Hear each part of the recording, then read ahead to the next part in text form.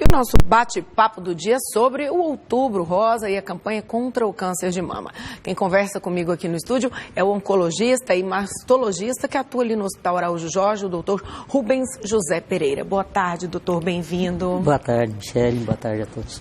Essa campanha é muito importante, né? Às vezes as pessoas, assim, não prestam muita atenção no dia a dia, aquela correria. O lacinho rosa que eu fiz questão de colocar hoje aqui, ele funciona como um lembrete pra gente falar, olha, se cuide, se toque, né? Presta atenção no seu corpo. É como se fosse uma luz que tivesse no alerta o tempo todo, né?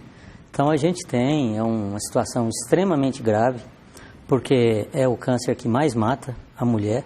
Para se ter uma ideia, são quase 60 mil casos novos por ano. É muita gente, e né? mais de 16 mil óbitos. Se a gente dividir isso aí por 365 dias no ano, são quase 45 casos por dia. E pelo que a gente observou ali, que o doutor também falou, quando é descoberto no comecinho, a chance de cura ela é muito grande. Então poderia reduzir muito esse número de mortes, né? Então, o câncer é uma corrida contra o tempo. Então, quanto mais cedo, quanto mais precoce se fizer o diagnóstico, maiores são as chances de cura e menos tóxico o tratamento. A pessoa vai sofrer menos e vai ter uma chance muito maior de se curar. E quais são os fatores para o surgimento dessa doença, doutor? Então, no geral, o que a gente tem é que a maioria, como a maioria assim, dos cânceres, 30% deles poderiam ser evitados com medidas comuns, como hábitos saudáveis de vida. 30%, né? Já é um percentual 30%, um percentual, né? Altíssimo, que seria uma prevenção primária. Porque o que a gente usa hoje, falando da mamografia, é uma prevenção secundária, ou seja, um diagnóstico precoce.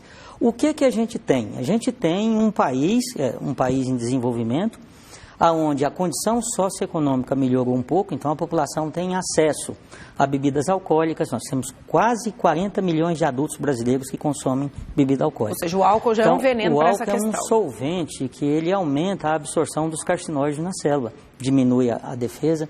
Então, a gente tem bebida alcoólica, fumo, sedentarismo, obesidade. Então, tudo isso, alimentos processados, né? Os embutidos, defumados, enlatados, então, tudo isso leva a uma questão de sedentarismo, obesidade e aumento da incidência do câncer de mama.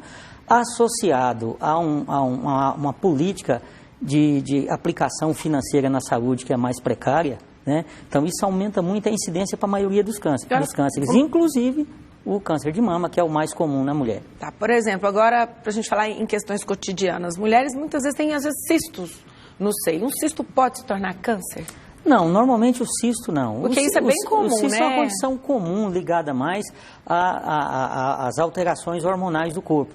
A gente tem como fator de risco, além de tudo isso que eu falei, que seriam fatores ambientais, né? A gente tem fatores hereditários, que são traços genéticos que herdam dos pais, né, familiares, os fatores hormonais também, que são importantes. Então, assim, a gente sabe que quanto maior o período, quanto maior o número de ciclo menstrual, maior é o risco. Então, se a gente comparar a mulher de 3, 4 décadas atrás com a de hoje tem ciclos menstruais muito mais numerosos. Porque isso está relacionado com o número de gestação, com menstruar muito cedo, entrar na menopausa mais tarde.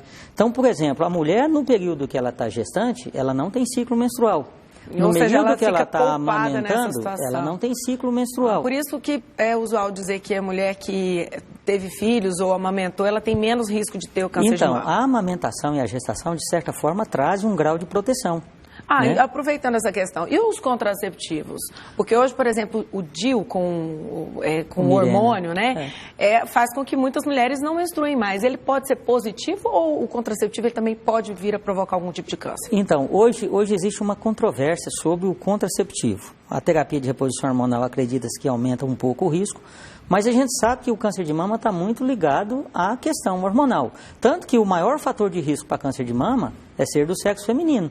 Existe câncer de mama no homem, só que numa proporção infinitamente menor. Eu vi que é 1%. Para cada 150 casos femininos, tem um masculino. Pois é, eu vi que essa semana o pai da Beyoncé revelou que teve câncer de mama e que a mulher dele descobriu porque tinha sangue na camisa e no lençol. Eu nem sabia que isso poderia ser um sinal. Então, a gente está falando de 60 mil casos novos por ano no Brasil. São pouco mais de 200 casos no sexo masculino. Se eu comparar com 60 mil com 200, é uma diferença muito grande. Tanto que a campanha é voltada para o sexo feminino, por isso que é altamente rosa, incidente. para lembrar as mulheres.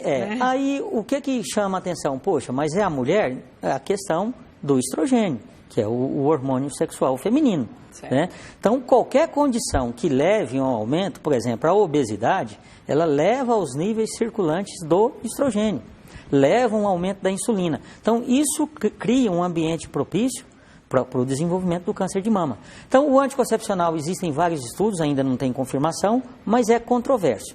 Acredita que um uso muito prolongado, por muitos anos, com a condição combinada do hormônio, possa ter um aumento do risco. Bom, vamos pensar então na questão do equilíbrio, né? Dr. Rubens José Pereira, eu agradeço muito a sua participação aqui com a gente. Fica um lembrete aí, gente, o mês está começando, mas não é só o mês, a gente tem que cuidar todos os dias, tem que se olhar, tem que se tocar, mulherada, fica atenta. Muito obrigada, doutor. Eu agradeço pela participação, é um prazer trazer essa mensagem tão positiva, é um trabalho que a gente faz. Muito obrigada, que é importante mesmo. Boa tarde, senhor.